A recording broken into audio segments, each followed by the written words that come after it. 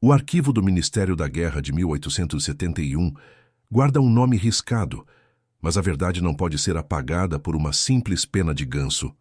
Existem segredos que as paredes das casas grandes tentaram abafar, mas que o tempo, implacável, insistiu em trazer à tona. Na Fazenda das Flores, o silêncio não era sinal de paz, mas de um medo que se arrastava pelos corredores de assoalho encerado.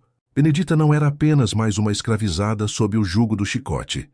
Ela era o erro no sistema de perfeição da Sinhá Constança. As manchas de vitiligo que subiam pelos braços e pescoço de Benedita eram tratadas pela patroa como uma maldição visível. Para Constança, aquela pele desbotada era um sinal de impureza que ela fazia questão de humilhar diante de cada visitante da província. Vejam como a natureza é caprichosa em suas deformidades, dizia a Sinhá, enquanto o riso das visitas ecoava como lâminas no salão. O que ninguém esperava era que aquelas mesmas manchas, motivo de escárnio, se tornariam o mapa de uma traição de Estado. Enquanto a Sinhá se ocupava com crueldades domésticas, o barão de Alencar carregava um peso que ameaçava desmoronar o nome da família. Seu herdeiro, o jovem Augusto, era um covarde viciado em ópio, cujas mãos tremiam longe do vício e mais ainda diante da responsabilidade. A guerra no sul havia começado, e o decreto imperial não poupava os filhos da nobreza. Augusto fora convocado para o fronte paraguaio. O barão sabia que enviar Augusto era assinar a sentença de morte de sua linhagem, pois o rapaz não duraria um dia nas trincheiras de Humaitá. Foi então que o crime começou a ser arquitetado, uma manobra suja que envolvia dinheiro, falsificação e uma crueldade específica. O barão comprou um substituto, um homem livre a quem devia fortunas, para marchar em lugar de seu filho sob uma identidade falsa. Mas o barão precisava de uma garantia, alguém que pudesse vigiar o substituto e garantir que ele não desertasse antes de cumprir a cota de sangue. Ele decidiu enviar Benedita junto com as tropas, não como serva de luxo, mas como a única testemunha capaz de cuidar das feridas e do silêncio. A viagem para o sul foi o início de uma descida aos infernos, onde o status social valia menos que um prato de farinha mofada. Se você quer entender como uma mulher marcada pelo preconceito derrubou um império de mentiras, fique comigo até o final deste relato. Aproveite para dar sua nota de 0 a 10 para esta história nos comentários e se inscreva para não perder o desfecho deste escândalo. No inferno de Humaitá e Curupaiti, as manchas de vitiligo de Benedita deixaram de ser motivo de zombaria para se tornarem um símbolo. Entre a lama, o cólera e os estilhaços de canhão, ela se tornou conhecida entre os soldados como a enfermeira de prata. Sua habilidade tática para ler o terreno e sua resistência extrema salvaram oficiais que o exército já dava como mortos em combate. Ela aprendeu a ler ordens de marcha, a identificar selos oficiais e, mais importante do que tudo, ela aprendeu a guardar segredos de Estado. Em uma noite de tempestade, enquanto buscava suprimentos médicos, Benedita encontrou o que o barão de Alencar mais temia. Lá estava a prova documental, o registro que provava que o verdadeiro filho do barão nunca pisou no campo de batalha. Enquanto um inocente morria em nome de uma linhagem covarde, Benedita guardava a prova da fraude sob as dobras de sua saia maltrapilha. O romance entre a sobrevivência e o dever não nasceu de olhares doces, mas de uma dívida de sangue que seria cobrada com juros. Meses depois, pressionado pelo imperador para mostrar serviço, o barão de Alencar foi enviado tardiamente para inspecionar as tropas. O barão, longe da segurança de sua fazenda, foi emboscado em uma picada estreita na selva densa do Paraguai. Foi Benedita quem o encontrou entre os arbustos, gemendo de dor e cercado pelo cheiro de pólvora e morte iminente. Ela não o deixou para morrer, embora tivesse todos os motivos do mundo para permitir que a natureza fizesse justiça. Foi ela quem estancou a hemorragia, enquanto as tropas paraguaias cercavam o acampamento, procurando por sobreviventes da elite brasileira.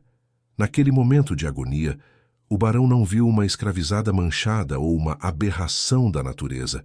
Ele viu sua única salvação.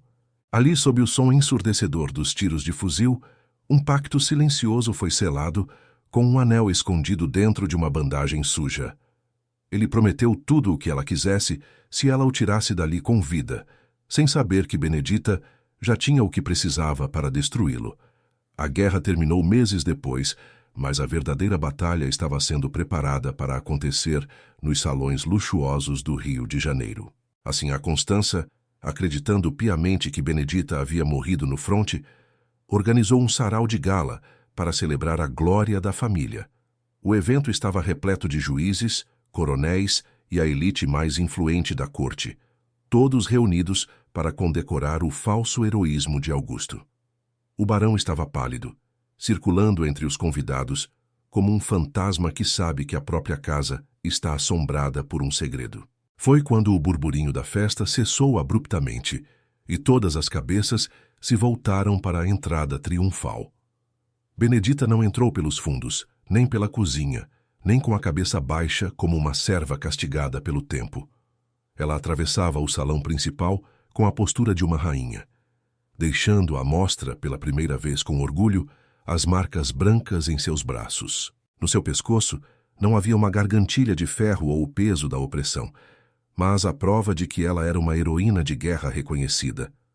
O choque do barão ao vê-la não foi por desejo ou saudade, mas por um terror político que gelou sua espinha instantaneamente. Ele sabia exatamente o que ela carregava naquela bolsa: a certidão de óbito do substituto e a prova da fraude do alistamento. "Tirem essa manchada daqui antes que ela contamine o ar da minha festa", gritou Constança, com a voz esganiçada pelo ódio. O barão paralisou, pois viu o selo do cartório imperial na mão de Benedita e o olhar de quem não tinha mais nada a perder. A caçada estava apenas começando, e desta vez o predador não era quem usava a coroa de ouro. Mas o que o barão ainda não sabia era que Benedita não viera apenas buscar sua liberdade, mas algo muito mais perigoso. Ela trazia consigo a prova de que o substituto morto era, na verdade, um herdeiro legítimo que o barão tentou apagar da história. O que ela disse naquele momento faria o barão tremer mais do que qualquer canhão paraguaio jamais conseguiu. O segredo que ela guardava era a chave para a ruína total da família Alencar, e o preço do silêncio seria pago em solo e sangue. Mas como uma mulher sozinha poderia enfrentar todo o sistema judiciário de uma província comprada pelo ouro do barão? A verdadeira guerra não havia terminado nos campos do Paraguai. Ela estava apenas mudando de cenário para o tribunal da corte. E o que Benedita faria a seguir mudaria para sempre as leis de propriedade e honra naquele rincão do império. Mas o destino ainda reservava uma última traição, uma que ninguém, nem mesmo Benedita, poderia ter previsto naquela noite de gala. Porque em 1871, a justiça tinha um preço, e o barão estava disposto a pagar qualquer valor para que aquela enfermeira de prata desaparecesse para sempre. Mas ele esqueceu que quem sobreviveu ao inferno de Curupaiti não teme as sombras de um salão de festas. O que aconteceu quando as portas do tribunal se abriram na manhã seguinte? O segredo de Benedita seria sua salvação ou sua forca? O silêncio que se seguiu à entrada de Benedita no salão da Fazenda das Flores era mais pesado do que o ferro de uma senzala. Aquelas manchas brancas, que outrora eram motivo de riso, agora brilhavam sob o ouro da condecoração militar oficial do Império. Constança não aceitaria ser humilhada em sua própria casa por aquela que ela considerava uma aberração de sua propriedade. "Você ousa entrar aqui com o que não lhe pertence?", sibilou a sinhá, enquanto a plateia de nobres assistia ao espetáculo de horrores. Benedita não recuou 1 centímetro, pois sabia que o que carregava na bolsa de couro valia mais que toda a fortuna dos Alencar. O barão sentia o mundo girar. Ele reconhecia o brilho daquele couro e o peso do segredo que Benedita trouxera do fronte. Ele lembrou-se do cheiro de carne queimada e do toque firme de Benedita costurando seu peito quando todos os outros o haviam abandonado. Aquele anel não era apenas uma joia. Era a prova material de um pacto de sangue feito no limiar da morte, no meio da selva paraguaia. "Constança, acalme-se. Essa mulher, ela prestou serviços extraordinários à pátria", disse o barão, provocando um choque coletivo. Aquelas palavras foram o primeiro golpe no castelo de cartas da família. E Constança percebeu que o perigo morava dentro de seu próprio quarto. Eu não vim buscar hospitalidade, sinhá, disse Benedita com uma voz que cortou o ar como um chicote invertido. Vim buscar o que é meu por direito, assinado pelo próprio barão em solo inimigo, sob o testemunho dos mortos. Augusto sabia que se aquele papel chegasse às mãos certas, sua condecoração por bravura se transformaria em uma corda de forca por deserção. A festa que deveria ser o triunfo da linhagem Alencar tornou-se o velório de sua reputação, enquanto as carruagens partiam no escuro. As luzes do salão foram se apagando, mas a tensão só aumentava conforme as portas da biblioteca se fechavam com um estrondo seco. Lá dentro, o romance não se manifestava em beijos, mas na proximidade perigosa entre um senhor que deve a vida e uma escrava que detém a verdade. O que você quer, Benedita? Dinheiro? Ouro? Você sabe que esse papel pode ser destruído em um segundo, ameaçou o barão sem convicção. Eu sobrevivi a Curupaiti, barão. Acha que tenho medo de fogo ou de suas ameaças de papel? Respondeu ela, com um sorriso gélido. Constança não era mulher de se entregar. Se o marido era fraco, ela buscaria forças nas alianças mais sombrias da província. Enquanto o barão tentava negociar sua alma na biblioteca, sua esposa acionava os cães de caça do sistema jurídico. O plano era simples e cruel. Acusar Benedita de roubo de documentos e joias, anulando qualquer prova que ela pudesse apresentar. Ela sabia que a trégua duraria apenas até o amanhecer, e que cada sombra no corredor poderia esconder um punhal ou um par de algemas. Ele sentia um conflito que o corroía, o desejo de protegê-la pela dívida que sentia e o medo de perder tudo o que construiu sobre mentiras. Naquele momento, ele a viu como um ser humano pela primeira vez, e essa descoberta era o seu maior crime social. O dia amanheceu com o som metálico de cavalos chegando ao pátio principal, trazendo homens fardados com a autoridade da lei. "Onde está a escrava fugitiva e ladra?" gritou o juiz, enquanto os capatazes da fazenda cercavam a casa grande. Ela não parecia uma ladra, mas o sistema não se importava com aparências quando o poder da elite estava em jogo. "Se você disser uma palavra em defesa dela, barão, eu contarei a todos sobre o seu pacto com o diabo no Paraguai", sussurrou Constança. O metal frio contra sua pele manchada trouxe de volta memórias de um tempo que ela jurou nunca mais viver. Um grito de fúria escapou dos lábios do juiz ao perceber que o documento original não estava ali. Benedita fora mais esperta. Aquele olhar não era de súplica, era um lembrete de que o tempo dele estava se esgotando e que a verdade tinha pernas próprias. Nas masmorras da vila, o isolamento seria usado para quebrar o espírito da enfermeira de prata, mas eles não conheciam sua força. O pânico tomou conta dele ao perceber que Benedita não tinha apenas o documento, mas o símbolo máximo de sua identidade jurídica. Ela sabia que precisava de um aliado externo, alguém que não pudesse ser comprado pelo ouro manchado dos Alencar. Benedita havia enviado um bilhete através de um soldado ferido que ela salvara na guerra, antes mesmo de chegar à fazenda. A imprensa abolicionista estava começando a rugir no Rio de Janeiro, e o caso da enfermeira de prata era a pólvora que faltava. Eles acreditavam que a lei era uma ferramenta privada, mas esqueceram que a guerra havia mudado as regras do jogo para sempre. Ele estava tentando salvar a si mesmo ou tentando salvar Benedita do destino cruel que sua esposa traçara. A traição dentro da família Alencar estava apenas começando, e o próximo movimento viria de onde ninguém esperava. "O barão me deve mais do que dinheiro, Benedita. Ele me deve uma vida que ele tentou roubar", sussurrou o homem. O substituto que todos pensavam estar morto estava vivo, e ele trazia consigo a peça final do quebra-cabeça que destruiria o barão. Mas a fuga não seria o fim do problema, pois o juiz de paz já havia ordenado um bloqueio em todas as estradas que levavam ao rio. O romance entre eles era forjado na dor comum, um vínculo que nenhuma lei imperial poderia reconhecer ou apagar. "Ela fugiu e levou a prova do meu crime", balbuciou o barão, enquanto a sinhá Constança quebrava um vaso de porcelana em fúria. O preço por sua cabeça era alto, mas o preço por seu silêncio seria ainda maior do que o barão poderia pagar. Se você quer saber como Benedita transformou uma fuga desesperada em um julgamento histórico, não saia daí. Dê sua nota de 0 a 10 para a coragem de Benedita nos comentários e se inscreva para ver o confronto final no Tribunal da Província. O que Benedita não sabia era que sua luta havia se tornado o símbolo de uma causa muito maior que sua própria liberdade.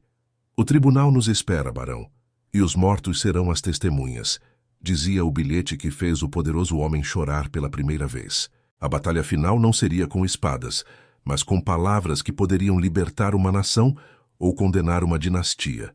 A noite na província não trazia descanso, apenas o som metálico das esporas dos capitães do mato rasgando o silêncio da mata. Constança não esperaria pela justiça lenta dos tribunais. Ela havia contratado o mais implacável caçador de homens da região. Eu quero a manchada de volta, vivo ou morta, mas prefiro que ela não tenha mais língua para contar mentiras, ordenou a Sinhá. Dentro da gruta, o ar era escasso e o medo tinha cheiro de terra molhada e suor frio, enquanto o inimigo circulava a poucos metros. O homem que o barão tentou apagar estava morrendo novamente, e Benedita sabia que, se ele partisse, sua prova viva desapareceria com ele. Ela olhava para suas próprias mãos e via o mapa de uma vida de negação, mas também a força de quem já não tinha nada a perder. Eles podem nos caçar como animais, mas eu carrego o papel que transforma o senhor deles em um criminoso comum, sussurrou ela. Enquanto a caçada humana avançava, o barão mergulhava em um abismo de paranoia, vendo traição em cada sombra das cortinas de veludo. O herdeiro que o barão tanto protegeu era agora um peso morto, uma lembrança constante do crime de Estado que ele cometera. Ele se perguntava se a vida que Benedita salvara no Paraguai valia o preço de ver seu nome arrastado pela lama da corte imperial. Você é um fraco, Alencar. Deixou que uma escrava manchada entrasse na sua cabeça e agora estamos todos na beira do cadafalso, gritou ela. Naquele momento ele percebeu que o verdadeiro monstro não estava na mata sendo caçado, mas dividindo a mesa de jantar com ele todos os dias. A pressão aumentava. O juiz de paz havia declarado estado de exceção na província, fechando as saídas para garantir que Benedita não chegasse à capital. Se você quer ver como a justiça pode ser arrancada das mãos dos poderosos, não saia daí agora.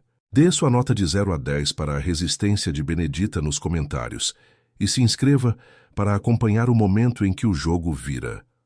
O cerco estava se fechando e o som dos cães agora era um coro de morte que ecoava pelas encostas da serra. Não era apenas o registro militar fraudado que ela protegia. Havia algo mais, algo que ela mesma ajudara o barão a escrever no Paraguai. Naquelas noites de desespero, acreditando que ia morrer, o barão confessou não apenas o crime da substituição, mas algo sobre sua herança. Era o testamento corrigido do barão, um documento que mudaria a linha sucessória da Fazenda das Flores para sempre. Acabou a caminhada manchada. Entregue o que você tem aí e talvez eu te leve de volta com as orelhas no lugar, rosnou o caçador. Ela olhou nos olhos do assassino e não viu o medo que ele esperava encontrar, mas um desafio que vinha de séculos de opressão. O tiro não veio do bacamarte do capitão do mato, mas de uma direção inesperada, vindo da escuridão densa atrás de Benedita.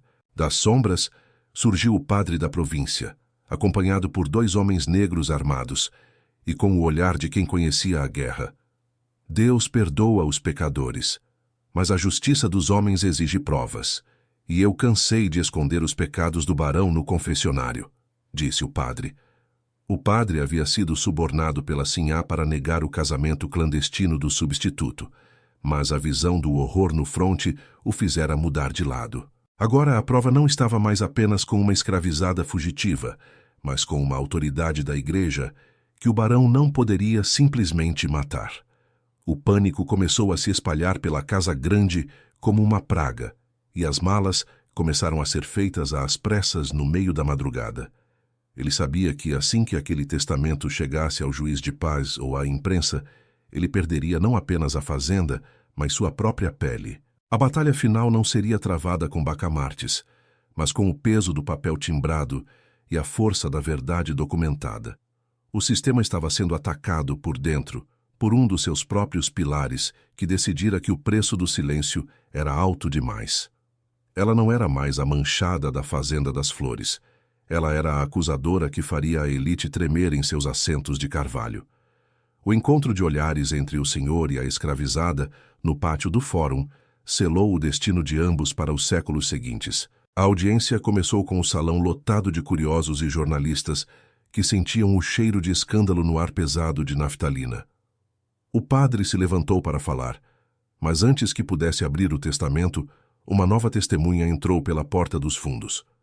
O que o oficial trazia nas mãos faria o testamento do barão parecer apenas o começo de uma destruição muito maior. O barão de Alencar não era o único que havia traído a pátria, mas ele seria o primeiro a servir de exemplo para toda a nação. Mas o sistema ainda tinha um último truque cruel escondido na manga. Um detalhe técnico que poderia anular tudo em segundos. Este documento está ilegível nesta cláusula crucial. A quem o barão realmente deixou suas terras? Perguntou o juiz com um brilho de malícia. A justiça seria feita ou o poder do ouro conseguiria apagar o que a febre e a guerra haviam escrito?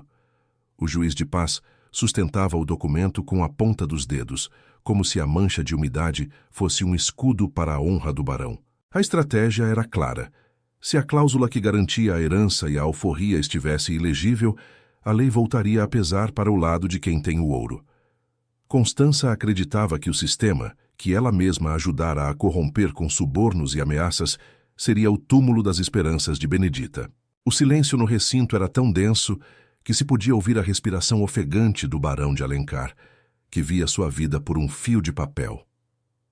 O papel pode estar manchado, meritíssimo, mas o metal não mente, e o selo que ele produz é único no império, disse Benedita. Aquele anel não era apenas um adorno, era a chave jurídica que o barão usava para validar todas as suas transações e ordens de comando. A prova material estava ali, e o padre, como testemunha ocular, deu um passo à frente para confirmar a autenticidade daquela entrega. Eu vi o barão entregar este anel como garantia de que suas palavras seriam cumpridas em um momento em que ele já não esperava ver a luz do sol, declarou o clérigo. Mas a maior reviravolta ainda estava por vir, trazida pelas mãos calejadas do oficial que viera direto do Rio de Janeiro. A investigação secreta sobre a fraude do recrutamento havia chegado ao seu ápice, e o nome do barão de Alencar encabeçava a lista dos traidores da pátria. O morto havia voltado para cobrar sua dívida, e sua presença física era a prova definitiva do crime que o barão tentara enterrar na lama do Paraguai. Se você quer entender como a verdade pode ser mais implacável do que qualquer canhão, não saia daí. Estamos chegando ao desfecho. Dê sua nota de 0 a 10 para o final desta história nos comentários e se inscreva para que a história desses heróis esquecidos nunca morra. A sentença foi lida sob um silêncio sepulcral. O barão de Alencar foi declarado culpado por traição à pátria e fraude documental. Para evitar a forca, o barão foi forçado a assinar ali mesmo a alforria de Benedita e de todos os escravizados da Fazenda das Flores. Assim, a Constança tentou um último grito de protesto, mas foi contida pelo próprio oficial imperial, que lhe lançou um olhar de desprezo absoluto. O prestígio dos Alencar desmoronou em uma única manhã, transformando a Casa Grande em um monumento vazio de uma era que se recusava a terminar. Ela segurava o papel da alforria contra o peito, não como um prêmio, mas como o recibo de uma dor que jamais seria totalmente esquecida. Eles não eram apenas um casal. Eram os sobreviventes de um sistema que tentou moê-los e os transformou em aço. O homem que se achava acima da lei descobriu que o peso da caneta de uma escravizada era maior que o de todas as suas terras. Benedita usou sua parte para fundar a primeira escola da província, voltada para os filhos de ex-escravizados, onde as manchas na pele nunca seriam motivo de vergonha. Seu nome, antes riscado dos registros oficiais, passou a ser escrito em letras de ouro nos livros da história abolicionista brasileira. A manchada da Fazenda das Flores provou que a pele pode ter falhas, mas o caráter e a coragem de uma mulher podem ser impecáveis. O romance entre ela e o substituto não foi um conto de fadas, mas um pacto de sangue que venceu a maior das covardias. A justiça foi arrancada à força, e o escândalo da substituição ilegal de soldados mudou as leis de recrutamento do Brasil para sempre. Ela não buscou apenas a própria liberdade. Ela buscou a dignidade de um povo que a história oficial tentou, por muito tempo, apagar. A arrogância dos poderosos foi sua própria ruína, e a humildade de quem serviu nas trincheiras foi sua maior glória. A história de Benedita termina aqui, mas sua marca na alma do Brasil é eterna e inquestionável. Inscrição feita? Nota de 0 a 10 nos comentários. Sua participação mantém viva a memória daqueles que o tempo tentou esquecer.